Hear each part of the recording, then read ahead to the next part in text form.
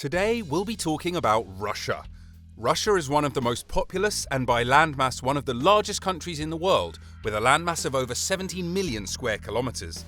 It's also one of the biggest producers of crude oil in the world, accounting for close to 13% of global production. If you've been living in Europe or Asia in the last 5 years or more, there's a high chance that the petroleum products you use come from Russia's crude oil. Russia sells oil to countries in Asia and Europe, making the country one of the richest countries in the world.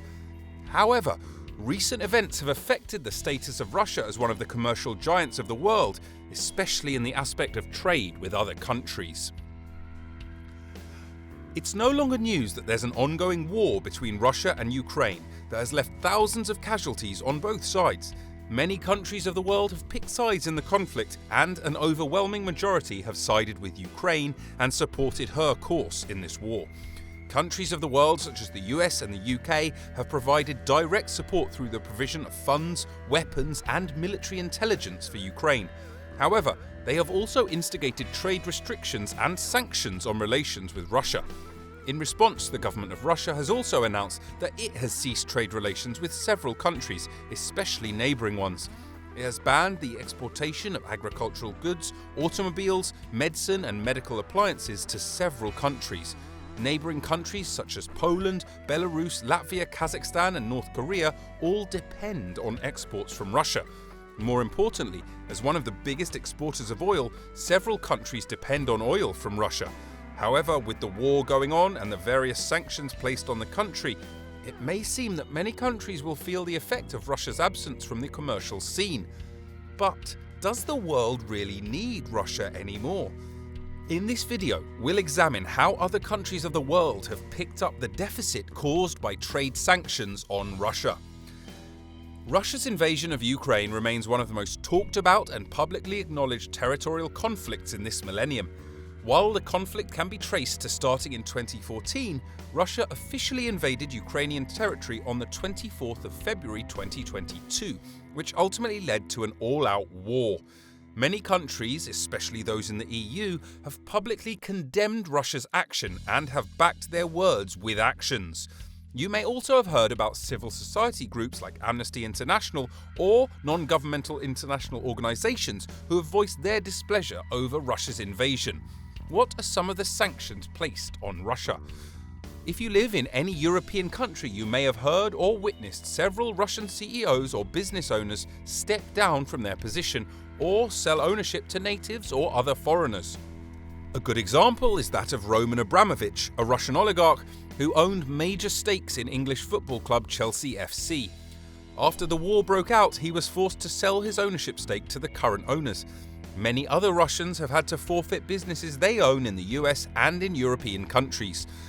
Apart from restrictions on Russian businessmen, the EU has also placed visa bans on officials of the Russian government, from the President Vladimir Putin and members of his cabinet to many others. Many governments have shut down the Russian embassies present in their countries, showing disdain for Russia's action in Ukraine.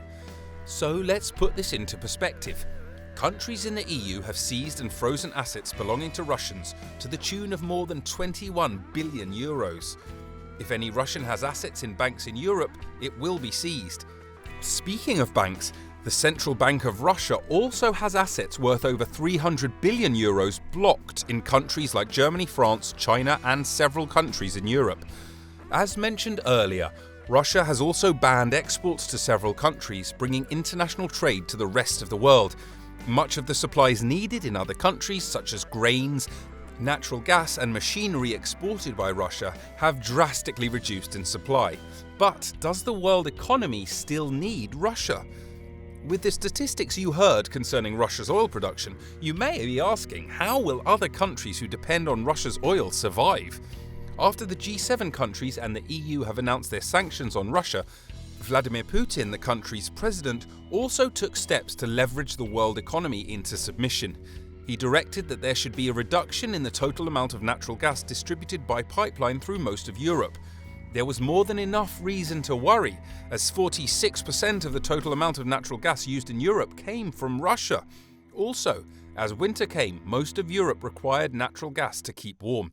Much of Europe would freeze to death if help didn't come from other oil-producing countries. However, in the absence of Russia's natural gas, the winter of 2022 came and went without adverse effect on most Europeans. It turns out they didn't need Russia's gas to survive. They got more than enough supply of natural gas from other countries like the US. The supply of liquefied natural gas got from America, estimated at more than 55 billion cubic meters, doubled that received from Russia annually. With Europe's supply now restored to sufficient capacity, they have enough reserve to last the coming couple of years. Also, with the newly announced cheaper price cap for petroleum and natural gas, Russia's projected and expected return on already produced natural gas has severely diminished. Think of it this way. Several countries of the world produce and sell oil. However, Russia is the largest seller. The G7 countries have announced a price cap, which was quite lower from what it was before the war. Countries who usually buy from Russia at relatively high prices can enjoy the discounts announced by the G7 and are receiving the same supply, if not more than they usually do when trading with Russia. So, Russia either loses customers it supplies petroleum to, or is forced to sell at a price much lower than it usually does. Either way, it's a lose-lose situation for the country's economy. Moving away from petroleum and petroleum products, let's talk about the sale of food. Ukraine is one of the world's largest grain producers. However, much of its food exports go through ports which have been blocked by the Russian invasion. Help came from Turkey, as the government of Turkey has allowed Ukraine to trade grains with the rest of the world. That's a welcome development for the people and government of Ukraine in these perilous times. Also, in the sale of certain metals such as palladium and titanium, public and private corporations who trade with Russia have turned their attention to metal mines and supply chains in Africa and South America. This is good news for people involved in the metal markets of Africa and South America. However, it's bad news for Russia, as projected returns in the metal market have once again been drastically reduced following the new avenues sought by these corporations to get metals for their production. In fact, it is estimated that in a couple of years the output of these mines will totally swallow Russia's supply. It is undeniable that the effects of Russia's invasion of Ukraine and the accompanying sanctions and restrictions imposed by the European Union and countries in the G7 are disastrous. Trade routes that usually benefit from the exports and trade to and from Russia are facing untold and undeserved consequences. Several people have lost their jobs. The livelihood of many others have been negatively impacted and forever changed.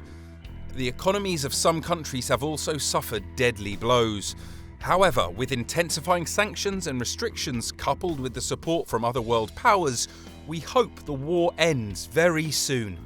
It would also prove that no one can hold the global economy to ransom. If you enjoyed this video, don't forget to like and subscribe to our channel so we can bring more exciting topics like this. Until next time, do take care and stay safe.